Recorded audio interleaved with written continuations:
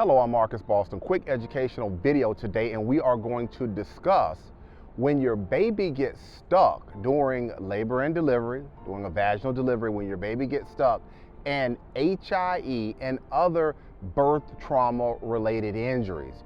Want to know what I'm getting at here? Stay with me as I share with you this very important information. All right, so today we're going to talk about a medical condition called shoulder dystocia. That is the official term for when your baby gets stuck during a vaginal delivery. Now, shoulder dystocia occurs when the baby is trapped behind the mother's pelvis, and this creates an emergency in the labor and delivery room, because if the baby is not freed in enough time, we can have a serious injury, which can be death ultimately. But during this process, there's other types of injuries that can also occur when we're talking about shoulder dystocia, namely HIE. HIE can occur during a shoulder dystocia situation because once the baby is trapped, if we have a compression of the umbilical cord, then that can create a reduction, I should say, in your baby's blood and oxygen level. And when you've got a reduction in blood and oxygen, that can lead to a brain injury. For the context of this video and in its basic form, HIE is that. It is a reduction in blood and oxygen which leads to a brain injury. So during a shoulder dystocia situation, a baby can suffer a brain injury also. There's other types of injuries that can also occur during shoulder dystocia, and those injuries a lot of times can deal with brachial plexus injuries, and that is injuries to the shoulder area or to the nerves in the brachial plexus area.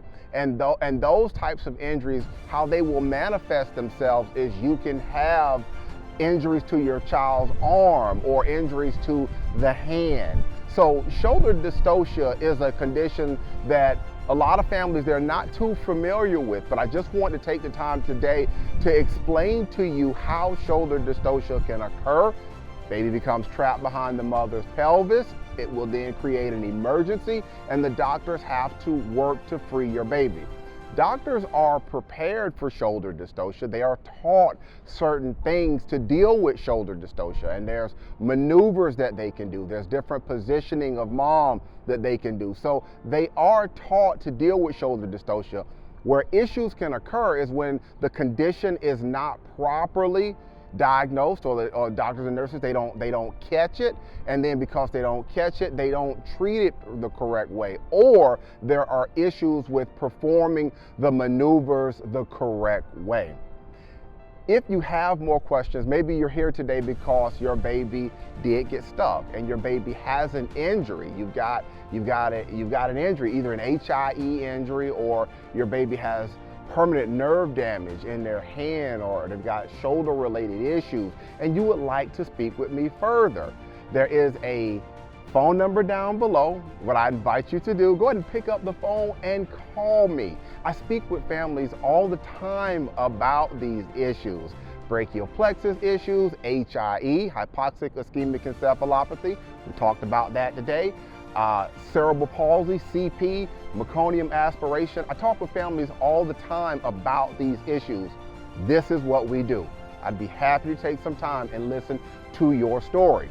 One more thing before I leave. You got to understand that I practice law here in the state of Maryland, and because this video is on the internet, if you are not in Maryland, you got to understand, if this is something that we think that we can assist you with, we have to use what we call local counsel or an attorney in your state to help with everything, to push the case through.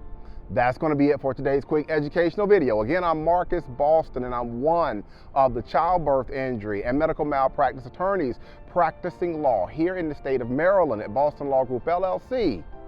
And we will see you next time. Take care and enjoy the rest of your day.